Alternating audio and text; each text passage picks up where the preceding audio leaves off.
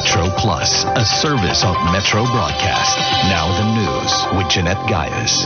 China is the only friend that might help Russia blunt the impact of economic sanctions over its invasion of Ukraine, but President Xi Jinping's government is giving no sign it might be willing to risk its own access to U.S. and European markets by doing too much. Even if Beijing wanted to, its ability to support President Vladimir Putin by importing more Russian gas and other goods is limited. Relations with Moscow have warmed since Xi took power in 2012, motivated by shared resentment of Washington, but their interests can conflict. While their militaries hold joint exercises, Putin is uneasy about the growing Chinese economic presence in Central Asia and Russia's Far East. The UN Refugee Agency said nearly 120,000 people have so far fled Ukraine into neighboring countries in the wake of Russian invasion. The number was going up fast as Ukrainians grabbed their belongings and rushed to escape from a deadly Russian onslaught on their nation, including an attempt to take the capital. Shabia Mantu, the spokeswoman of the UN High Commissioner for Refugees, say almost 116,000 have crossed international borders as of right now. This may go up. It's changing every minute. It's very fluid and changing by the hour. The agency expects up to 4 million Ukrainians could flee if the situation deteriorates further. Mantu said most were heading to neighboring Poland, Moldova, Hungary, Romania, and Slovakia, and even some into Belarus, from which some Russian forces entered Ukraine. Ukrainian President Volodymyr Zelensky says his country's armed forces are successfully fighting back against Russian troops. Zelensky said in a video release that Russian attempts to forge into Kiev have been repelled and Moscow's plan to quickly seize the capital and install a puppet government has been thwarted. In an emotional speech, he accused the Russian forces of hitting civilian areas and infrastructure.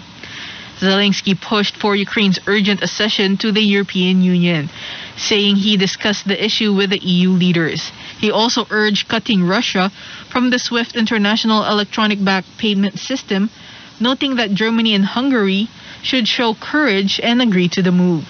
Briefly switching to Russian, Zelensky hailed Russia's cultural figures who denounced the invasion and urged them to redouble efforts to force the Kremlin to halt the attack. He claimed that thousands of Russian troops were killed and hundreds of those who were taken prisoner cannot understand why they were sent into Ukraine to kill and get killed. He said, "The sooner you say to your government that this war should be immediately stopped, the more of your people will stay alive." Internet connectivity in Ukraine has been badly affected by the Russian invasion, particularly in the southern and eastern parts of the country where fighting have been heaviest. Internet blockage observatory NetBlocks said Russian forces captured the southeastern Ukrainian city of Melitopol Saturday.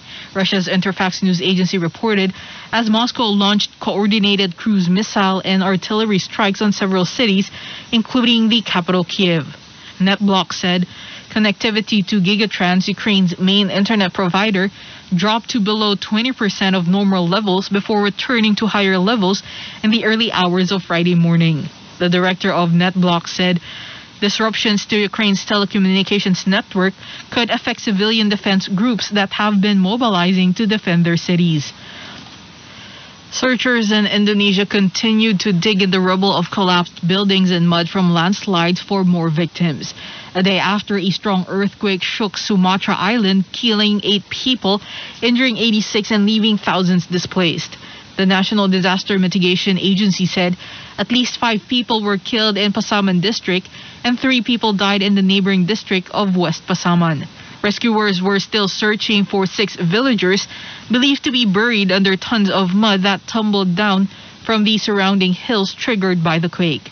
The magnitude 6.2 earthquake struck 66 kilometers north-northwest of Bukit Tinggi, a hilly town in West Sumatra province, causing panic on some parts of the island Friday.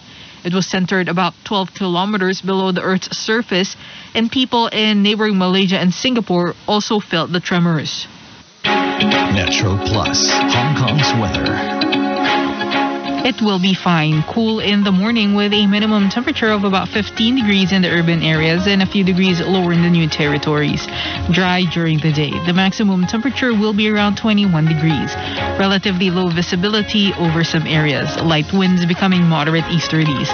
Relative humidity stands at 85%. For the outlook, sunny intervals in the following few days and mild during the day. 1 or 2 mist patches in the morning and at night. And that's the weather from Metro Plus, your connect.